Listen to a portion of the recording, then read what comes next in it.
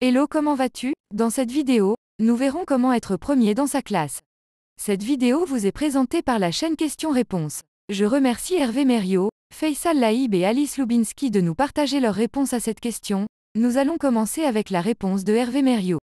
Devenir le premier de classe ou le premier camarade de classe? Cette ambition compétitive, pour ne pas dire guerrière, de la réussite, est-elle souhaitable? Rien n'est moins sûr. Même dans le règne animal, la coopération et la coordination sont beaucoup plus répandues que nous l'imaginons. En entreprise, désormais la capacité à travailler en équipe devient cruciale. En effet, travailler en groupe nécessite la complémentarité et la faculté de communiquer, voire de faciliter et de valoriser ses partenaires. Beaucoup de chefs d'entreprise l'ont compris et privilégient autant un savoir-être qu'un major de promo aux dents longues et invivable avec ses collègues, aussi diplômés soient-ils.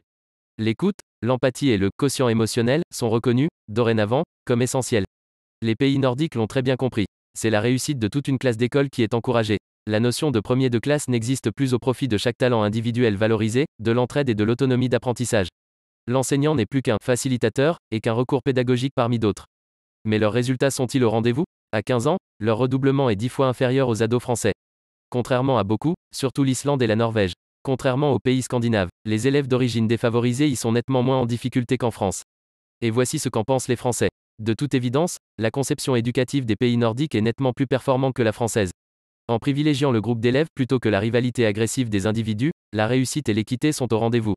Elle est parfaitement en phase avec les besoins actuels. La réponse suivante est de Faisal Laïb. L'auteur de cette question relève d'une grande pédanterie. Même les plus grands de ce monde n'étaient pas constamment premiers.